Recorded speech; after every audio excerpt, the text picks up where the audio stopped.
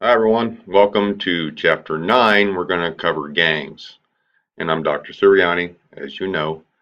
So MS-13, I got this first picture up here for a reason because it's a very controversial issue in the United States right now.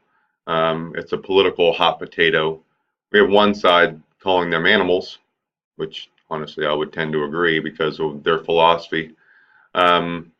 To kill, rape, maim, control, basically terrorism. Other side calling them that they're just misguided individuals. You make your decision. Nevertheless, we're going to cover it. So gangs. As street gangs have become more businesslike, which is true, they have formed associations with other organized crime groups, including Mexican drug cartels, Asian criminal groups, and Russian organized crime families. I had a brush with death on, and we're not just talking about MS-13, we're talking about all criminal organizations. Russian mafia. They were alive and well in my city in Southwest Florida. Just a population that was very heavy in Ukrainian and Russians. And I was checking a lake one day, and they were jumping someone into the Russian mafia. They had beat him with sticks and blighted him up pretty bad. Long story short, and I go on and explain this a little more in my live classes. But they surrounded me, said they were going to kill me. It was about 13-1. Luckily, I had back up close, and tell you what, the sound of sirens coming up dirt roads to back you up, and they were coming. And I was getting ready to squeeze my trigger and take out as many of them as I could because I thought that that was the end for me. So they're real, and so I want you to realize that we're not just talking about MS-13 and Hispanic gangs. We're talking about gangs in general. Okay. Gangs and their members are also becoming more sophisticated in their use of technology, including computers, cell phones, and the internet. Well, also drones. There's I think it was in Georgia. They're having a major issue with people on the outside flying drones over top of a certain prison. I wish I could remember it, but they're dropping contraband, drugs, cell phones, and so forth. These new high-tech tools are frequently used to facilitate criminal activity and avoid detection by the police. Okay, so according to the 2011 National Youth Gang Survey, an estimated 782,000 plus gang members in 29,000, almost 30,000 gangs were active in the United States. And that's more now. That's 2011. It's hard to keep a good figure and an accurate figure. It's always just an educated guess. That's high. Gangs have emerged from highly transitory social groups to super gangs, such as MS-13, and violent and drug trafficking gangs. And it's not just in Atlanta. Let's watch this.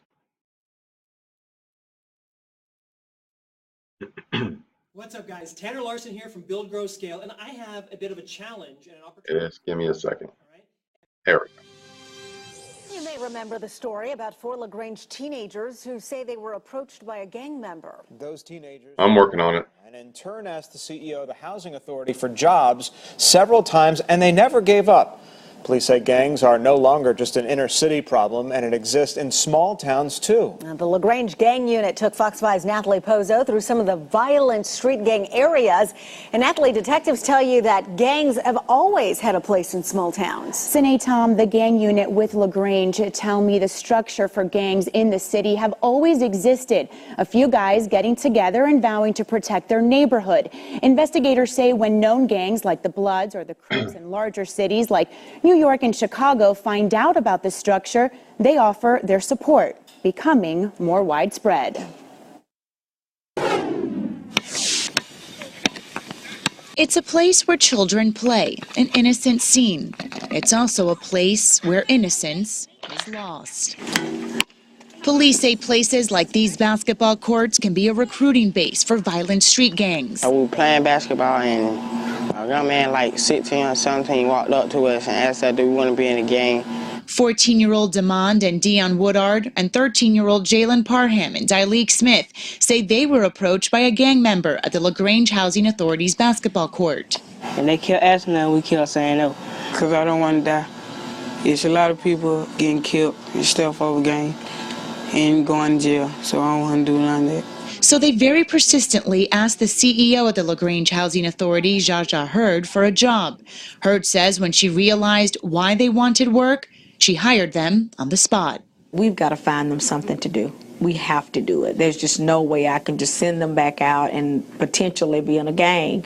We have had some gangster disciples in here over time. Sergeant Mark Cavender with the LaGrange Gang Unit knows the streets of LaGrange, pointing out the graffiti in high-profile gang areas. This one right here to the right, that was more rolling 60 crib. Sergeant Cavender says rural communities are a breeding ground for well-organized criminal street gangs associated with larger cities in search of existing structure in small towns. Okay, you've already got the structure and the foundation.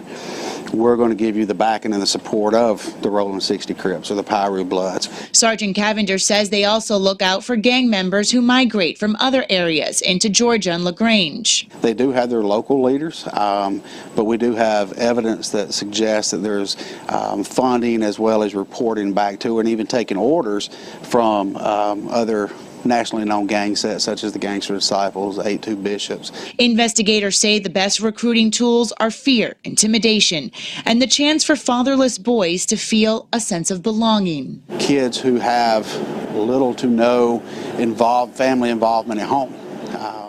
You know, these gangs will give them that. They'll give them that family feeling that you belong to us, that sense of belonging. Sergeant Cavender says arresting people will not solve the gang problem. The only way to change the problem is to change the thinking. Sports activities and people taking time with them other than the gangs or the crime side and mentoring them along the way and helping them. Help is what these teens got. They keep up the garden, clean the chicken coop, and more. Built the table, picking up trash. Hurd knows there are other kids out there who need help, and as hard as it is, she's had to turn children away because they simply do not have the space. We lose them, so that's concerning because I've heard the teachers say these were really 3 good kids, but we lost them. Hurd believes there's a lack of programs in the community and feels if there were more community engagement, mentoring, and education programs in elementary schools, children would have an alternative. But we're hoping to capture them now at 5, 6, and 7, so when they become a teenager, that desire to be in a gang is not even there. These teenagers are now smiling, laughing, and grateful for the opportunities they've received and the chance to make a difference in other kids' lives. Everybody gets to that point in their life where you got to go left or right, and it just depends on which way we go. But if we don't have anybody trying to direct us and guide us which way to go and leave it up to us and our 13-year-old mind, then who is really to blame at the end of the day if that 13-year-old goes the wrong way? And the CEO of the Housing Authority says 60 children were turned away last year due to a lack of money and space, stressing just how important it is to have well-structured programs in place so kids can have the support and guidance they deserve. Tom and Sine. So good to see. And that's why, oops, yes, that again is why, you know, a lot of organizations can't help all of them. That's why it's important. If you're on patrol, pull off the side of the road, just talk with the kids. You know, hey, can I shoot some hoops with you, throw the ball with you, whatever. Just talk with them. It does matter.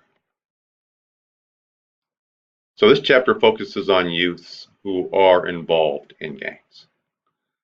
Youth gangs have become a problem in many nations and are widespread in the United States, in urban, as you saw, and suburban and rural areas. It's not just the big cities, not the inner cities, it's spreading out.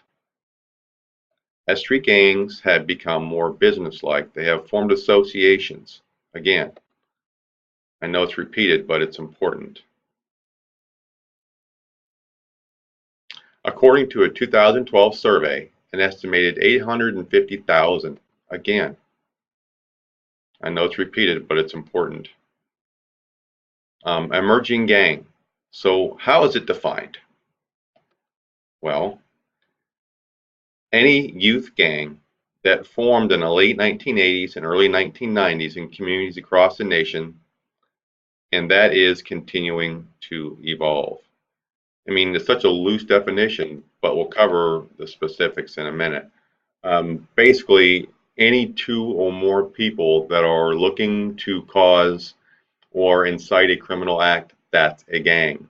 And if they're terrorizing people, well, like MS-13, which we've seen, I'm sure many of you have heard in the news, they're on the verge of being considered a terrorist organization, which, according to the definition of terror is to instill fear, and that's what they're doing. Okay, so gangs and schools. Schools have become a fertile spot, fertile soil, for lack of better terms, for violent youth gangs. That's where the kids are. Violence perpetrated by gangs across the nation tend to vary from one school to the next, depending on the economic and social structures of the community, the gang tradition within that school, the gang stage of development, and the extent of drug trafficking taking place are very relevant factors. Again, they look for the right pick, and they look for these groups or kids that are standing out, and they recruit them, just like the Army recruits. That's what these gang members are doing. They're trying to recruit people, kids that are vulnerable and want a place to feel accepted into the gang. So, yes, recruitment and initiation. So how do they get in?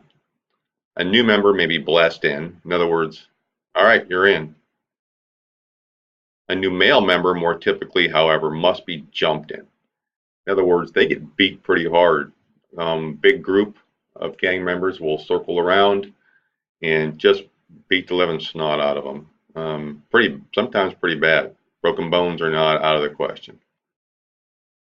A female is usually initiated into male-dominated gangs by providing sexual services. Yes, that's how they're initiated.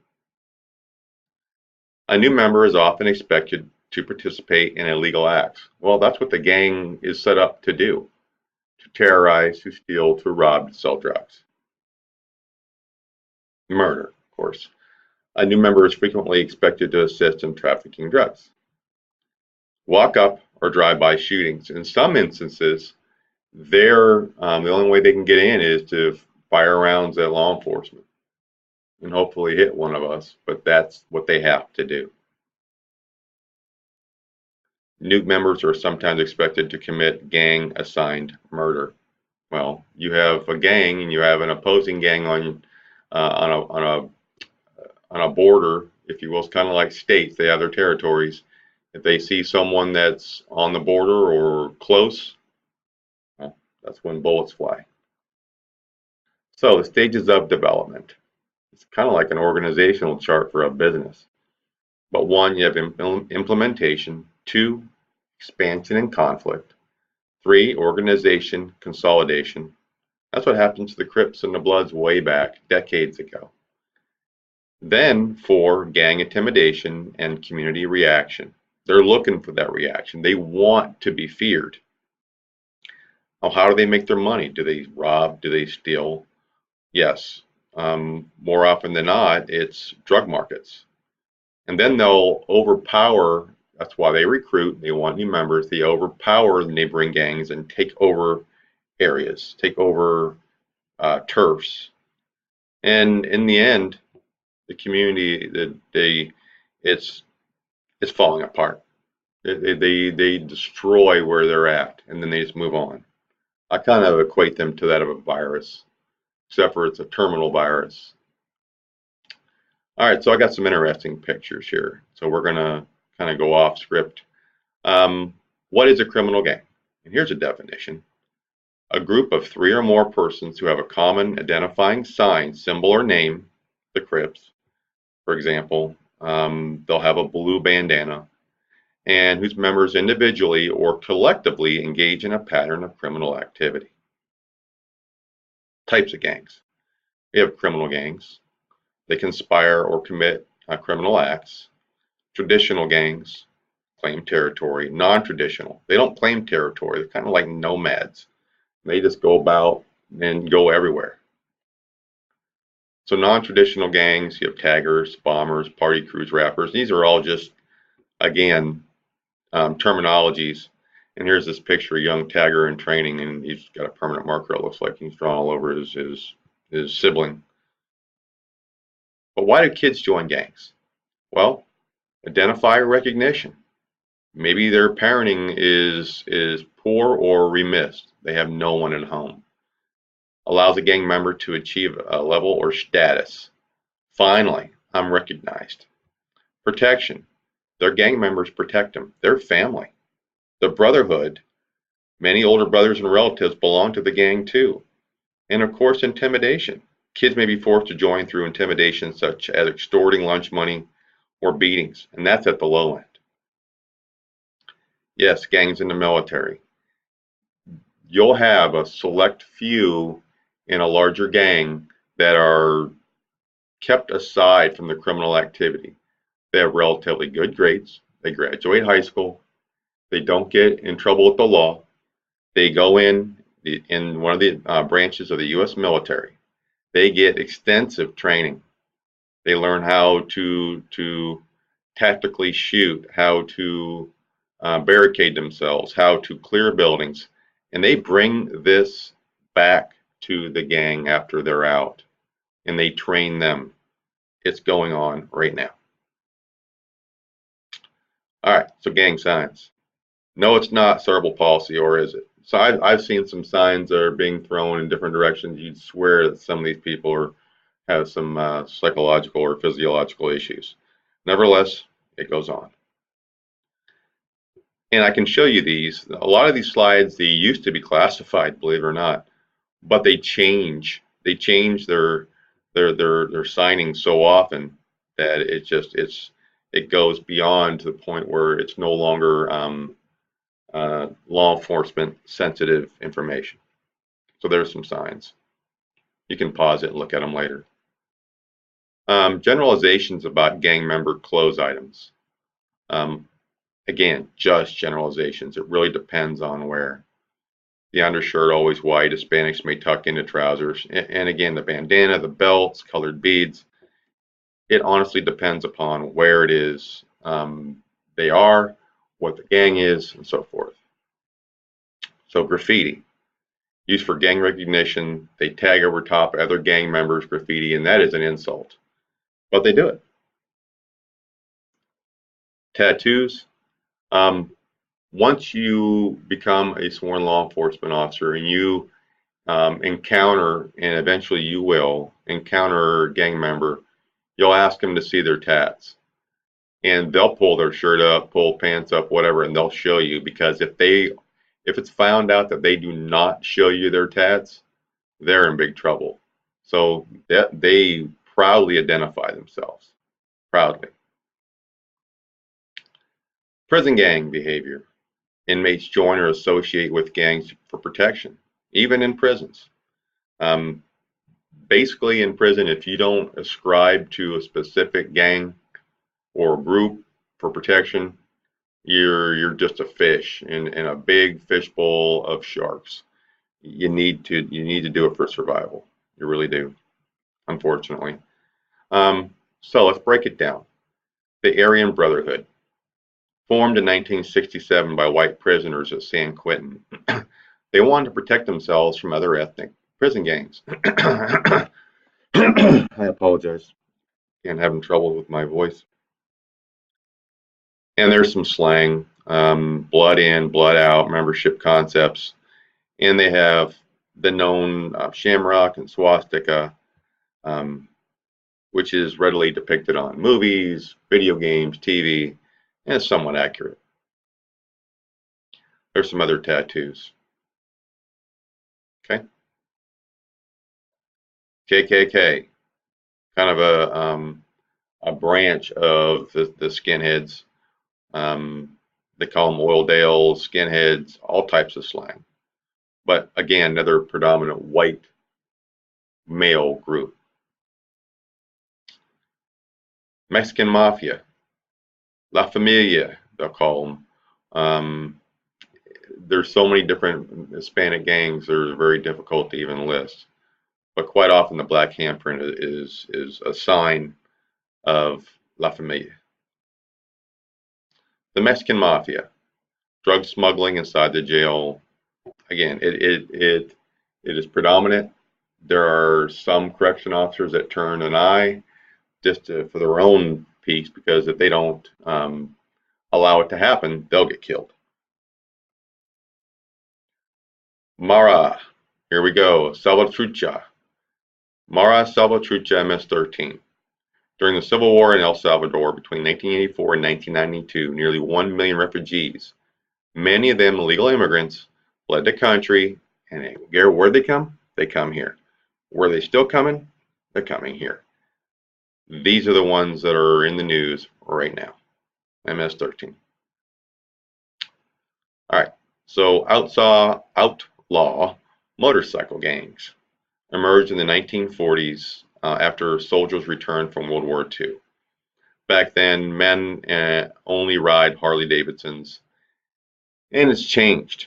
It's changed a great deal. Now you'll see Harleys out there and people dressed in leathers that are doctors and lawyers, cops, firefighters, and whatever, teachers, and it's cool. You know, here we are wearing black leather. Well, back then, you didn't do that. You get killed. I've told many of you where I grew up in Northwest Pennsylvania, in a very small little mountain town of 2,000 people. We had the outlaw, and there they are in the middle of the outlaws. They came into our town, probably 5,000 to 10,000 of them. I was very young, and basically took over. And the state police and National Guard had to come in and kick them out. It was getting serious. So the bikers of then are still around, but it's really hard to depict them sometimes because, well, you have to know what their signs and what their patches mean. But here's my story. Crips, back in the mid-60s. You can read this. I'll move on. Bloods in the 70s, and they hate each other. They've always hated each other, and I'm sure they always will. And they're estimating the Bloods over 15,000 members nationwide. Half of them in LA. Poor LA. Black gangs and rappers. You may disagree, but it's a fact that Ice-T, Ice Cube, Snoop Dogg, and the list goes on. A lot of them they do ascribe to a certain gang, and some of the older ones, Crips and Bloods. Asian gangs. Asian gangs in the United States got their start shortly after the end of the Vietnam War. Just like everyone else, they left, and where did they come? Well, predominantly the United States, starting in the West Coast. They tend to be young, only 13 to 25, very violent, very, very, very violent, and are often more sophisticated than other gangs. They plan things out in extreme detail, extreme detail. All right, moving on to Cubans. Cubans, Morelos, Cuban pride. Fidel Castro declares, I'll say declared with a D because he's gone, any Cuban who wants to leave Cuba can leave. Well, they did. And when they left, about 3,500 Cubans left. Unfortunately, not all of them were good people. Same thing is happening now. And we got a lot of the Cuban gang members here in South Florida. All right, so I know it's brief, and you're welcome to go back and obviously watch parts of this over again. But as a cop, you need to stay informed, because danger will find you. I guarantee it. Training and education on what's going on in your community is so essential. You need to know who you're encountering. All right. Moving on to Chapter 10, changing gears a bit. But I've got some interesting slides, as you'll see, and well, let's just move on. Drugs and delinquency. Okay. Kids and drug use. Drug use has significantly increased among high-risk youths and is becoming commonly linked to juvenile lawbreaking. In this area, meth and heroin, of course, marijuana, pot's always been around, but meth and heroin are very prevalent. Adolescent drug use becomes abuse only when the user becomes dysfunctional. And that could be argued. According to your book, this is what the book says. I would say that abuse is just one use, but that's based on my experience. I've seen people turned after one time of using crack, and all of a sudden they are dysfunctional. They are abusing it. They're unable to attend or perform in school or maintain social and family relationships. They're dangerous, they're reckless, or aggressive behavior. Some of this stuff out there, you got Flacca, you have Crocodile, a lot of these narcotics that are made in someone's basement by some amateur chemist. They'll kill you the first time, or scramble your brains first time. They really will. The drug-dependent compulsive user's life usually revolves around obtaining, maintaining, and using a supply of drugs. All right, so some stats as of 2015. We have marijuana, hashish. This is per millions of people. So people, almost 25 million people as of 2015 say they used it. Look at the next one, pain relievers, pills. And you can go down and say pain relievers, tranquilizers, stimulants, things of that nature, and all the way down sedatives. You know the opioid epidemic is here. It is now. It is a major problem. Our government is looking at legislation to eliminate the free distribution, it seems, of Oxycontin, oxycodone, and so forth. Cocaine, hallucinogens, inhalants, heroin. Again, this is nationwide, but in some demographics, these numbers are different. It depends upon where you're at. All right. In 2015, males had higher rates of illicit drug use amongst persons aged 12 and older than females. So it's 11.6% versus 6.9%. Males were more likely than females in the past month to use marijuana, 9.6, almost 10% versus 5. But males and females had similar rates for stimulants, meth, sedatives, such as opioids. It's a universal issue. So the lowest rate was amongst Asians, 3.7%. Rates were 14.8% for persons reporting 2 or more races, 12.7 amongst American Indians or Alaskan Natives, 7.8 among Native Hawaiians or other Pacific Islanders, and 11.3% amongst African Americans, and you see the rest of the data. All right, the illicit and licit drug use by adolescents in decreasing order of frequency. And again, this is per your book, but it depends upon where you live, what your demographics are like, what your area demands. So alcohol, number one, might want to know that. Tobacco, marijuana, we saw that in the chart. Cocaine, methamphetamine, and again, these may be flipped depending upon where you're at. Inhalants, sedatives, stimulants, amphetamines, and hallucinogens, and steroids. And at the bottom, I find it odd that it says prescription drugs, because that can, I think that's skewed. I think that's wrong. I think that prescription drugs should be right at the top, close to alcohol and tobacco. And heroin, same for heroin. But according to your text, this is what the national data says.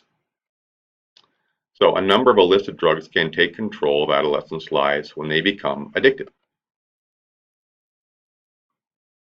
And the definition of addiction, drug addiction, is a craving for a particular drug, accompanied by physical dependence, which motivates continuing usage, resulting in tolerance. They build up. They build up because they don't feel it every time as much, so they need to take more to the drug's effects, and a complex of identifiable symptoms appearing when it is suddenly withdrawn. Pain when it's withdrawn. So, there are at least two issues that can help us understand juveniles who use drugs. The first one is determining whether it is the onset of drug use, the escalation of drug use, the addiction, or the ending of drug use that is being addressed. What stage are they in? Did they try it for the first time? Did the parents call you? Did they find a marijuana cigarette in Junior's sock drawer?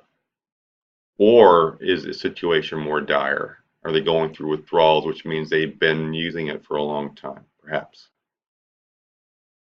The second issue is that there's no single comprehensive picture of what causes adolescents' use of drugs. I don't know about that. I think that we could look at the causations for delinquency. It is scientifically stated, not proven, but I will say stated, that there is a genetic correlation between addiction, alcoholism, drug use, certain other addictive behavior can be shown as a genetic trait. Obviously, the second one, environmental causation, is very strong, and all the factors therein are a fact. All right, sex offender details. History of severe family problems, separation from parents, placement from home, having been a victim of abuse, social awkwardness, academic and behavioral problems, poor peer relations, social isolation, poor impulse control, lower than average IQ, and psychopathy. Interesting. How about homelessness? Being homeless is one of the most disruptive events that can happen in an adolescent's life. It represents one of the highest risk groups for crime, homelessness, perhaps desperation. There's also a close association between homelessness and victimization. Well, they're looking for someone to understand them, to give them attention. Thus, they become victims. Youthful offenders are likely to experience homelessness more disproportionately than others, which makes sense. Treatment includes ending homelessness for the youth. And again, and I repeat this over and over again, that's where you step in. If you see this as an issue, don't just walk away. Do something about it. Use your resources. That's why you're there. So substance abuse. It commonly follows a sequence from tobacco and alcohol to marijuana, and then to more dangerous drugs. That's common. Does it have to take that path? No, it doesn't. First-time users of cocaine can become addicts overnight, and maybe they don't drink, maybe they don't smoke tobacco or marijuana. But it's common though. It's common to follow a trail. So the question is, does the gateway theory exist? And you have to ask yourself, there are theories and there's data that show that it does, and there are some that say that that's non-existent.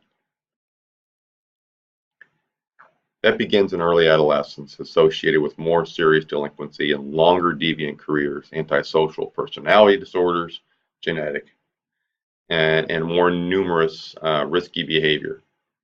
So you could show that there are the two causations involved in drug use, genetic predisposition and environmental causation. Is associated with poor academic performance, which we saw in the previous lectures. More serious criminal offenses, of course. Is associated with higher rates of psychiatric disorders with disorders of greater severity. Quite often, and it's been shown that it can take someone who has a predisposition to psychopathy or any kind of psychological disorder, and it can extremely enhance it. Drugs can send them over the edge, so to speak. So, solutions. What can we do? There are prevention programs. More than 600 programs have been developed. 600. And when I look at this number, of course, I think critically. I look at it as why? Why does it have to be 600 programs? Well, there's what it says. Most are ineffective. They try something, and money is allocated, and it fails, and it fails, and it fails, and it fails. I think that we as a nation are failing to look at the big picture. Treatment interventions. These usually take place in psychiatric and hospital settings for parents who can afford it or have third-party insurance benefits. But again, they're clean for now. And for a lot, it does help, but for many, it doesn't. How about strict enforcement? This refers to the War on Drugs campaign waged against juveniles. With juveniles, there is no evidence of success, but it has had some impact in deterring drug trafficking. If you take away the supply, they can't use it, right? So you got to take and cut the head off the snake. And that analogy means look for the top end, the commanders in chief, if you will, of the drug cartels. Take them out. How about harm reduction? This approach was designed to reduce the harm done to youth by drug use and the severe penalties resulting from drug use and sales. And these programs are more widely spread with adults than juveniles. So are we helping the kids? Good question. All right, so I'm going to show you some pictures. And I put this disclosure up here because the following video and or pictures may be disturbing to some viewers. If you don't like it or if it bothers you, just fast forward, okay? Let's watch this.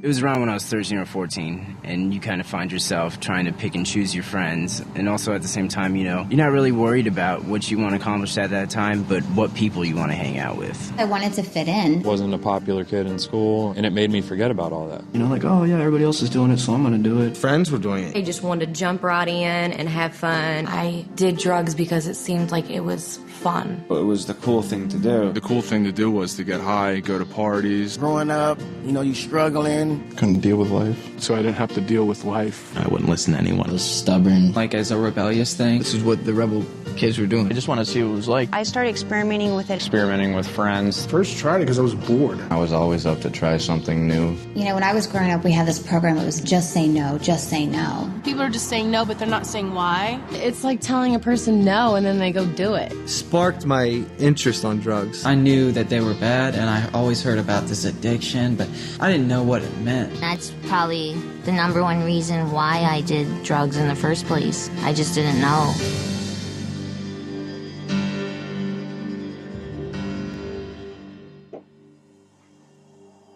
That's why we need to educate the kids. Magazines, movies, TV That's why the DARE shows. program is so important in these schools. You know, in the movies they make it look cool, but in real life it's not cool. It's a serious problem. And a lot of times they try to glamorize drugs, like make drug dealers or getting high look cool, but that's only in the movies. In real life, it's a whole different story. All drugs, whether we're talking about alcohol, marijuana, LSD, these are all essentially poisons. It would depend on the amount that you take. I mean, a lesser amount might just speed you up, make you feel really active. Stronger amount or stronger dosage would act as a sedative, make you slow, sluggish, tired. And even more amounts, it would kill you. You'd have an overdose. Every drug works in these stages. It's only really the amount needed to make the effect that's the difference from drug to drug. A person who's taking drugs, whether for physical pain or just to try and block off any sensations they don't want to feel, those sensations are actually just being pushed away and getting worse and worse. You're going to be totally numb and just not be able to feel anything. When you take drugs, the drug goes through your bloodstream, and later on in your life, that drug can, come back up and into a flashback when you use the drug. You could have taken LSD one day and like a year down the road it could come back into effect and you can start hallucinating again. And it's not just LSD, it's every drug. So you can get hit with the effects of a drug even a long time after you stop taking it. Drugs definitely affect the mind. Everything you see around you is different than what's really going on. You can't hear correctly, see correctly. All of your senses are totally thrown off. Your perception is definitely distorted. Makes it dangerous for you and others because you don't know what's going on. You can't handle things, the way they're supposed to be handled. Drugs affect your memory so much. It doesn't matter if you're taking them for a long time or just a short period of time. I know, when I first got, tried studying and stuff more, I really couldn't concentrate, couldn't pay attention. I went from, a straight A student to, a B- student, C student. Then I quit going to school, and I would get really frustrated. It's like your brain won't function. You can't think straight. Like everything is messed up. I never got anything done. I would start on something and I wouldn't finish it. It just didn't happen. It was just unbearable. I couldn't deal with life at all. I couldn't get a job because I was just out of it completely. My decisions were based off of, what this drug is telling me to do rather than, what I want to do. I got them from friends in school. 2 friends. A friend of mine. My older brother's friends. Bunch of girlfriends. They seem like average people, don't they? They are. For me, and they're you. Sister. Older kids. Can be anyone. He just said, you can do it every once in a while, it'll be no problem. Told us it was going to be the best thing we've ever done. You can do it once, you'll be fine. It's not going to hurt you, really. Just a little pick-me-up. You can't get addicted to it. They said it's not something that you're going to be taking every day. It's just something that you can take when you want to have fun. Oh, this is going to be a fun time. It's a fun drug to be on. Makes you easier to talk to girls. And they said it'll bring you up. It's going to make you feel different. You're going to like it. You're going to feel good. It's all in your face. That's the thing to do. All it is taking a drug dealer's word for it. When you're trying to get someone hooked, you'll say whatever you can to get a customer. You're lying for them to believe you so you can make money. I would tell people it's fun, makes you energetic, makes you more likable. It's something, people want to be around. I tell them whatever they wanted to hear in order to pick that first one up. When I was 12 years old, I didn't say, hey, I want to be 24 in rehab. I never said that to myself.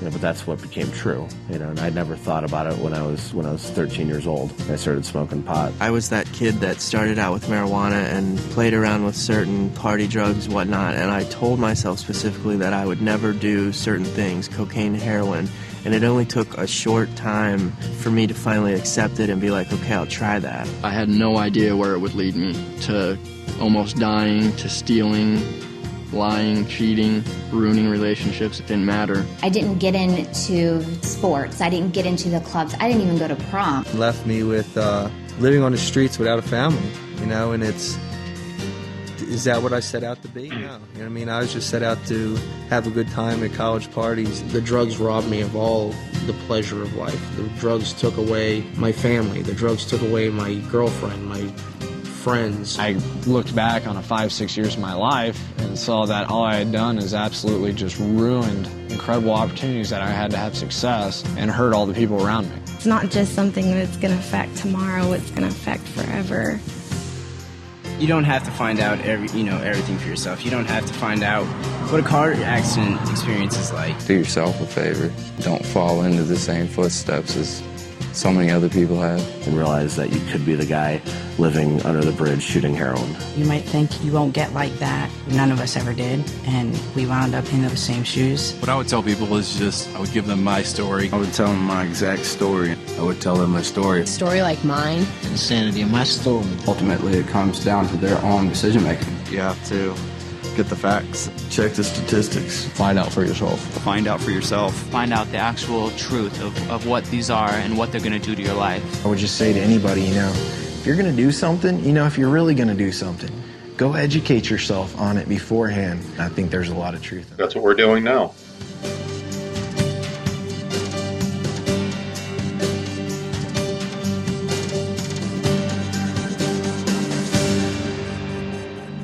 You guys can be the ambassadors. Learn and spread the word. Okay. I'm not going to show this one. All right. So here's some slides. I told you and I warned you there's going to be some, now they're not, well, to me they're not bad because I've seen them in real life. But for you, you might want to fast forward. But here's meth. One picture of meth. It's crystal meth. It can be white, clear, brown. Here's an example. the history of meth.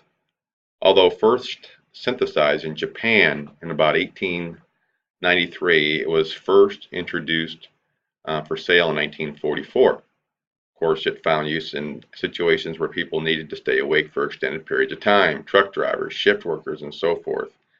It was used as an anorexic to help weight loss. Of course, it wasn't so great. They realized the addictive properties and the crash, the bring down, the wipeout of a lot of people associated with meth use. And then it got banned. So the only source is illegal now, illegal manufacturer, in-home makeshift laboratories, meth labs. In 2005, as part of the Patriot Act, some of the chemicals used to make meth have been restricted in an attempt to lessen legal production. But you know what? They always find new ways. They always find new ways.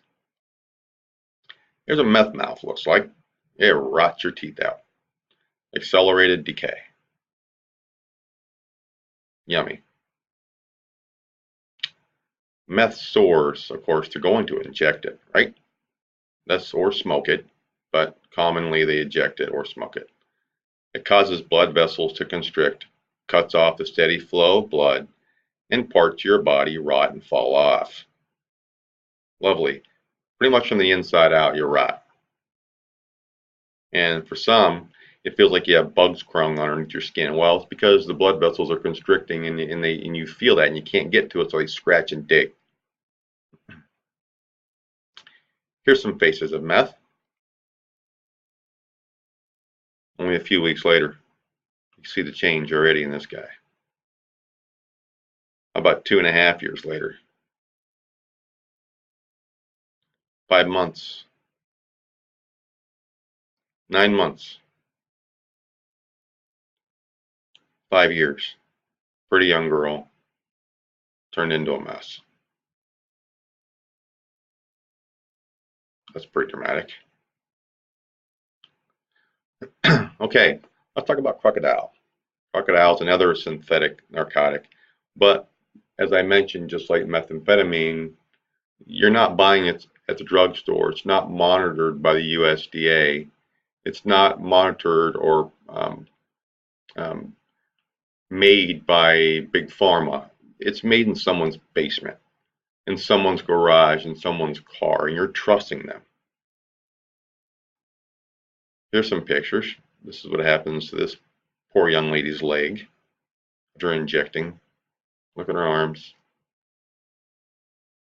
Another example of what this stuff does. They call it crocodile because it welts up your skin, causes a bunch of bumps, and it looks like the back of an alligator or a crocodile, those bumps, and rot. And eventually, it's amazing. She's got a straight face. She can't even feel it. The nerves are dead. The vessels died. And there she is with her flesh rotting off the bone. All right. That's only a few. I've got a lot more. Got any questions? Just let me know. So stay the course. Keep moving on.